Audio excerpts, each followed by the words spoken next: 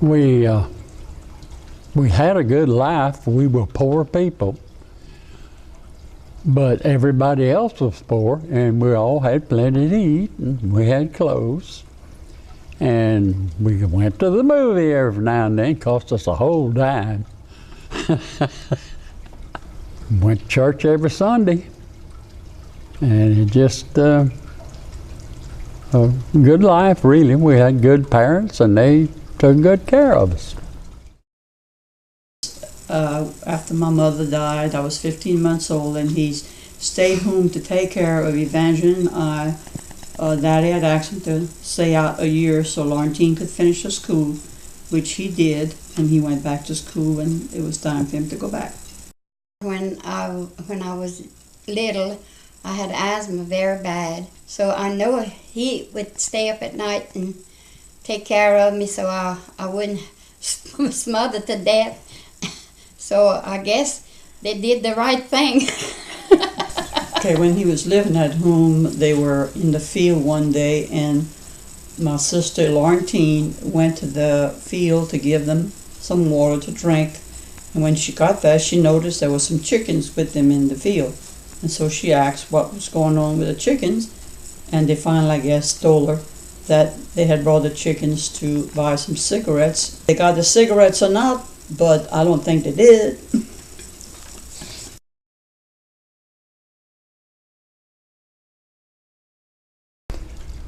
It was the year I graduated in 1941, and she had come to stay with her aunt for a couple of weeks during the summer. We just met there in the restaurant, and we just got to meeting every weekend. I'd go in town and I'd meet her, and we got very close. And she told me she was 16 years old, but she kind of lied to me.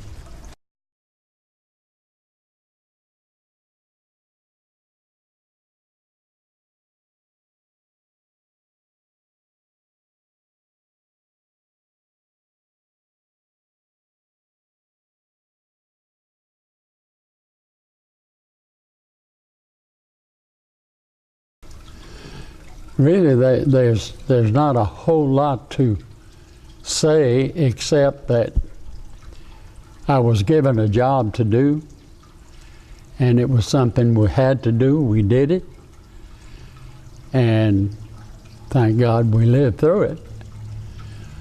I wondered a lot of times whether I would or not, but I did, and everything turned out good.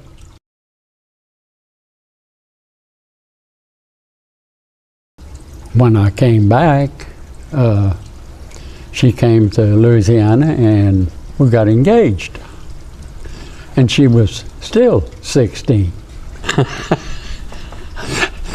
He went to service, and he came back, started college, and then he left for the weekend on the 4th of July weekend to go meet Lou. And he never did come back. He stayed over there, and he's still over there. We married on September the 14th, 1946 at St. Anthony. She was a beautiful bride, and all of her relatives were there, but none of mine were here. It was too far for them to come over here. And we went on our honeymoon. We went to Galveston, and I don't know, we stayed probably a week, and we came back and we had an apartment rented, and we started our marriage.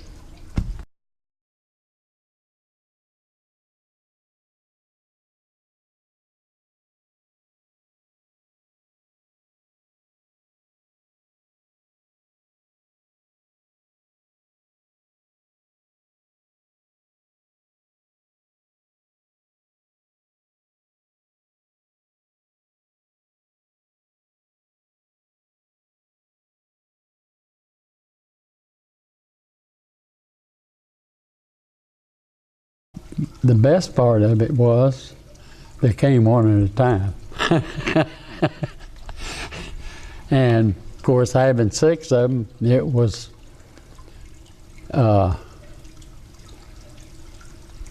nice. We had a lot of ups and downs with the kids, but it worked out.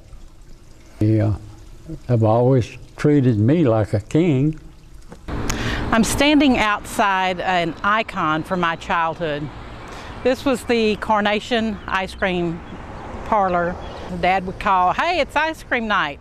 And we would jump in the car, all 8 of us, in the back of the station wagon, and we would drive over here. Well, the rule was nobody could get out but Daddy and Paul, because you can't bring 8 people in to make a decision on what to eat. So Daddy would take the orders, and Paul would go in with him, and they would tell the guy what they wanted. If you were little, you only got 1 scoop, but if you got older as you aged, you got 2. So they would go in and place the orders, and then they would come back in a little while, after a while, with 2 scoops or 2 cones in each hand. And here they came, and they passed them all out. Well, there was a kind of a method to my madness, because I always ordered lime sherbet, because that was something that Paul and Daddy didn't like. So if it started to drip, they didn't want to lick it anyway. So I got all of my ice cream, and I didn't have to share. So after we got our ice cream cones, the big highlight of the night was to drive down 11th Street with their windows rolled down and see what everybody else was doing. That was a big time in our day. The house across the street is where we lived when we were growing up. And Johnny was a baby. He was probably about 1.5 years, maybe 2 years old, and I was in 3rd grade. Daddy came to pick me up after school one day, and it was really, really cold, and I was really concerned about taking care of our puppy dog that day, that for that night, that we were going to have to put blankets in the little room that she slept in. And Daddy said, "Well, we really don't have to do that, because I had to take Prissy and give her away today."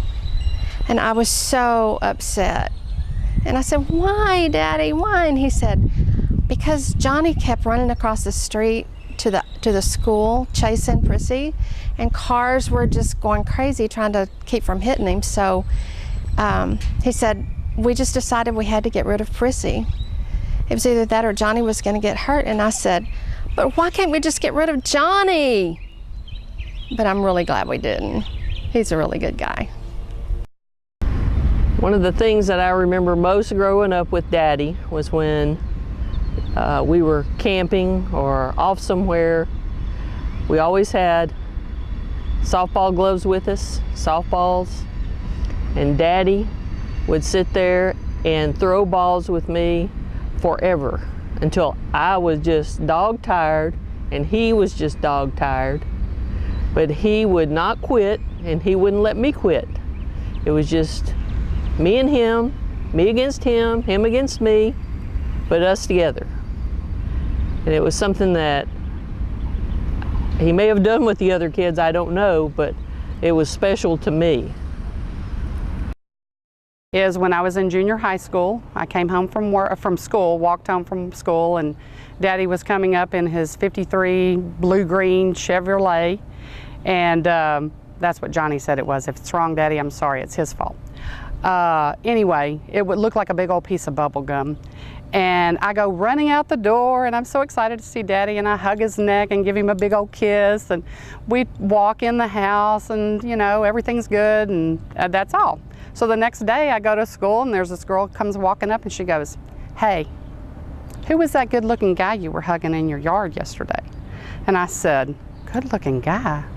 And I said, "Oh, that's my daddy." And she said, "Ah, well, he really is good looking." And he still is. I don't know if you realize where I'm sitting at, but we're in front of the old Red Onion building. It's a pretty big part of our life for 20 years. And we had birth announcements here, birthdays, anniversaries, family get-togethers. We had it all here. Same thing, driving down the road, and I'd be rocking in my seat like this. He'd go, "Honey, you feel that there's cars missing? And I just keep doing it. And he'd finally figure out it was me doing it. And yeah, it was pretty good. Good old Poppy.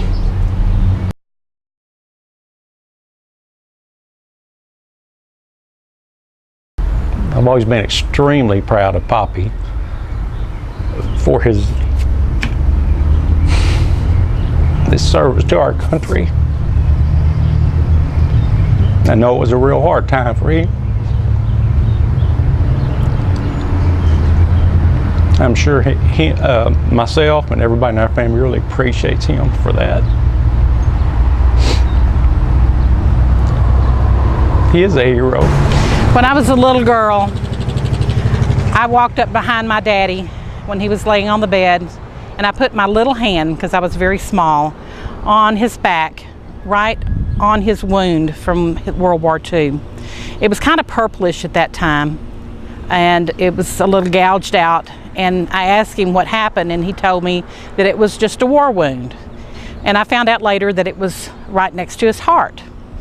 So in time, he had gotten a Purple Heart. So that was a Purple Heart was awarded for honorable service.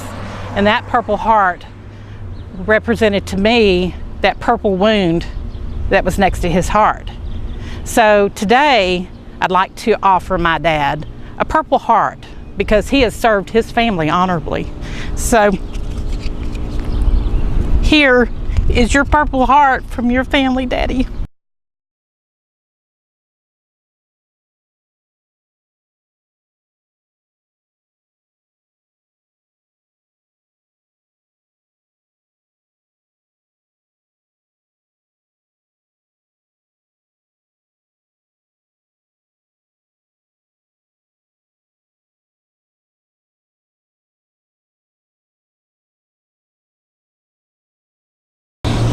The day that Mama was buried, you told us that you would miss her forever, but that you had a lot of life left to live and you intended to get on with it. And I'm most proud of the fact that you have done just that. You have embraced life, you've gone on with your life, and you have not stopped loving Mom, but you've continued on that path of living a full life. And I'm so proud of that fact, Daddy. Mama would have been so proud of you that you made it to this milestone and that you were able to go on with your life after she was gone, that you didn't just stop living, that you went on and you traveled and you saw people and did all the things that y'all couldn't do together. And I think that she would have been really proud that you continued on with that legacy that y'all had together.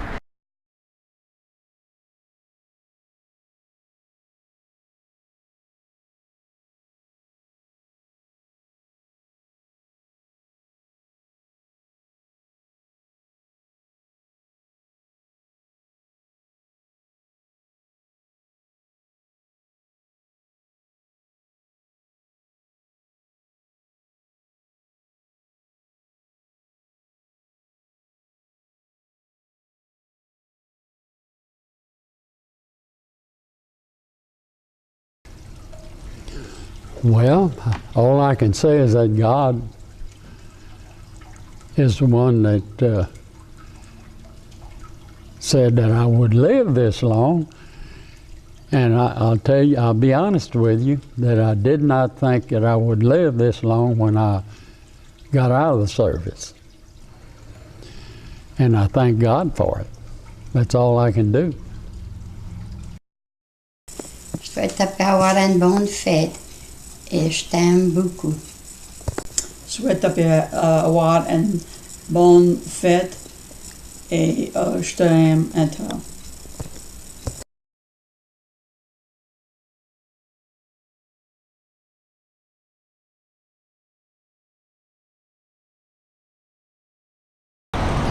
Happy 90th birthday, Dad.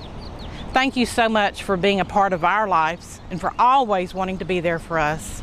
We appreciate everything you've ever done for us, and we are just so grateful for your life. Happy birthday, Dad. We're planning your next 100th birthday, so you plan to be there, because we sure will. Love you, Daddy. I'm so proud that we could all be here with you today and help you celebrate this 90th birthday victory. And you know, we're proud of the service to your country and the service to us.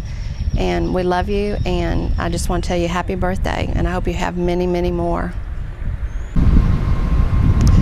Poppy, just wanted to say happy birthday.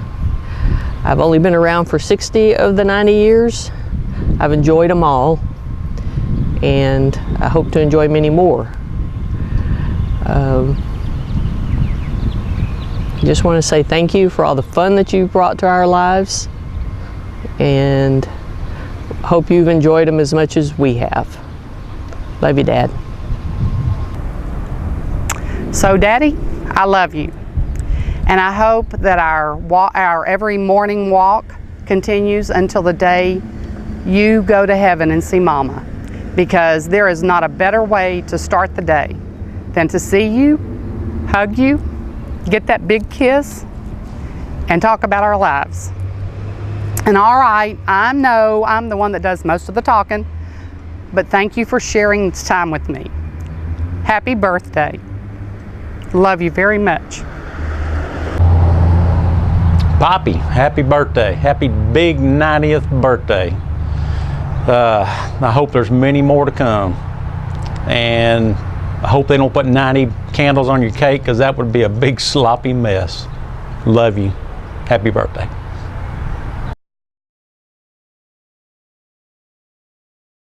Oh, I'm gonna make it to 100.